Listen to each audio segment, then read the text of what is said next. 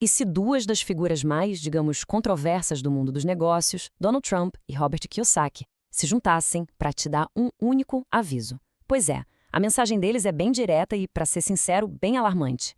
A classe média, do jeito que a gente conhece, tá por um fio, e uma crise financeira gigantesca tá vindo aí. Nesta nossa análise, a gente vai mergulhar fundo no argumento deles e entender por que, na visão desses dois, ficar rico deixou de ser uma opção e virou basicamente uma questão de sobrevivência.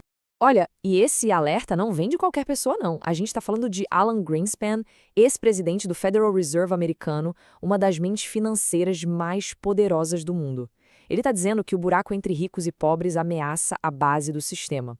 O Trump e o Kiyosaki, eles partem exatamente desse mesmo cenário sombrio, mas a conclusão deles sobre a causa do problema, aí é que a história muda completamente. E é justamente nessa diferença que mora o coração de toda a filosofia do livro. E tá aí, de forma bem clara, a tese central e, vamos combinar, chocante dos autores. É como se a ponte que sempre sustentou a classe média estivesse desmoronando.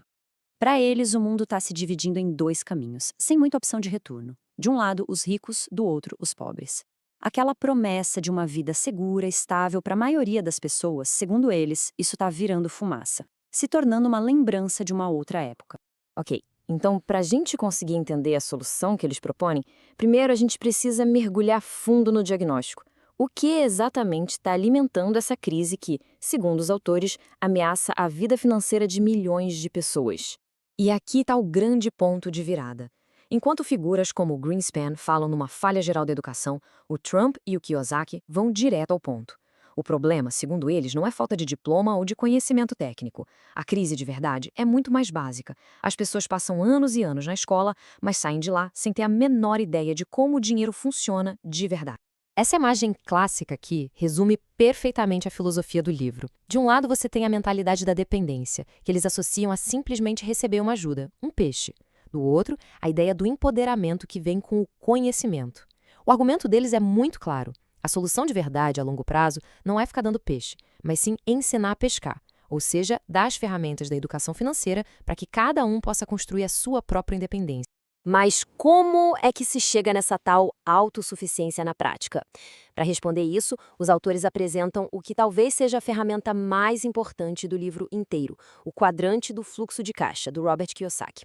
Eles dizem que entender esse mapa é o primeiro passo para mudar radicalmente a sua vida financeira. E o pulo do gato é o seguinte: o quadrante não tem a ver com a sua profissão, se você é médico, engenheiro ou artista. Ele tem a ver com como você gera a sua renda. É um mapa que mostra a estrutura e, mais importante, a mentalidade por trás de cada jeito de ganhar dinheiro no mundo. Então vamos dar uma olhada nesse quadrante. Do lado esquerdo, a gente tem o E de empregado e o A de autônomo. Já do lado direito, a gente encontra o D de dono de um grande negócio e o I de investidor.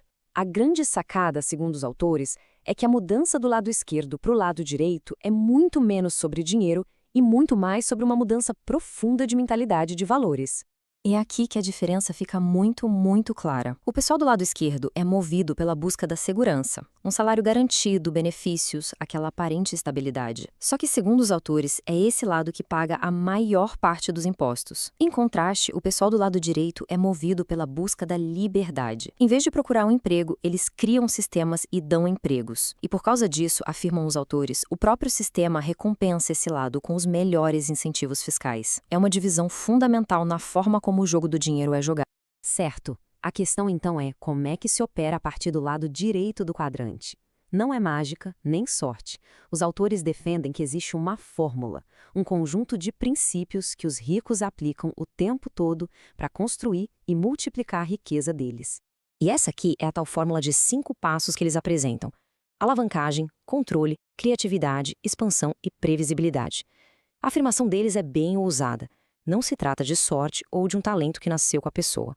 É o domínio desses 5 conceitos que, segundo eles, explica por que uma minoria de 10% dos investidores acaba ganhando 90% de todo o dinheiro. Vamos detalhar um pouco essa fórmula. A alavancagem é basicamente fazer mais com menos, usando recursos de outros, seja o dinheiro ou o tempo deles. Controle é ter o poder de ditar as regras do jogo no seu negócio. Criatividade é a habilidade de achar soluções onde todo mundo só enxerga problema.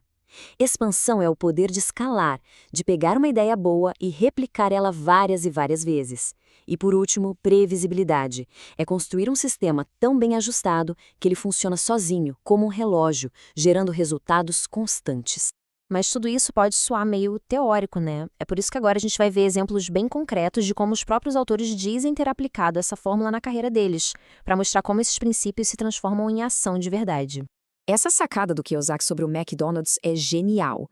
Muita gente acha que o sucesso dele está no produto, no hambúrguer. Mas ele argumenta que o verdadeiro gênio não está na comida, e sim no sistema de negócios que é perfeito e pode ser copiado em qualquer lugar do mundo. É um exemplo clássico do princípio da expansão.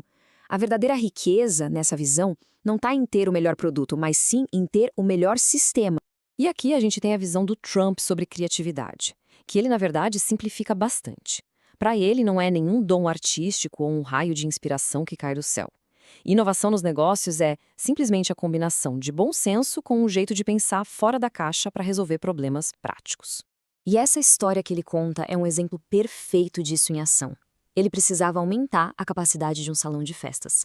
A solução óbvia seria uma reforma caríssima, de milhões. Mas em vez disso, veio a solução criativa e barata. Só trocar as cadeiras grandes por outras menores. Problema resolvido, receita aumentada da noite para o dia e uma fortuna economizada. É um exemplo perfeito de como criatividade e controle podem valer muito mais que um caminhão de dinheiro. Depois de apresentar todo o diagnóstico da crise e a fórmula deles para a riqueza, a análise muda o tom. O foco deixa de ser o quê e o como, e passa a ser a pessoa. Os autores agora se voltam para as nossas escolhas e os obstáculos pessoais que, segundo eles, definem quem alcança o sucesso e quem fica para trás. E isso nos leva à pergunta de $1 milhão, né? A questão que provavelmente incomoda muita gente. Se o desejo de ser rico é tão comum, por que tão poucos conseguem de fato chegar lá? O que é que fica no meio do caminho? Os autores tentam responder exatamente isso. Eles apontam para aqueles obstáculos que a gente já conhece: preguiça, maus hábitos, medo de falhar, falta de foco. Mas, segundo eles, tudo isso é só sintoma de um problema muito, mas muito maior. Um fator tão poderoso que pode simplesmente anular todo o esforço e a determinação do mundo: o ambiente em que a pessoa vive. E o que eles querem dizer com o ambiente certo? A analogia que eles usam é a de uma planta. Uma semente, por mais potencial que tenha, nunca vai florescer no solo errado, sem a água e a luz certas. Da mesma forma, eles argumentam que uma pessoa precisa de um ecossistema, em casa, no trabalho, com os amigos, que alimente e apoie seus talentos e ambições, em vez de sufocá-los. E essa é a pergunta de reflexão que os autores deixam no ar.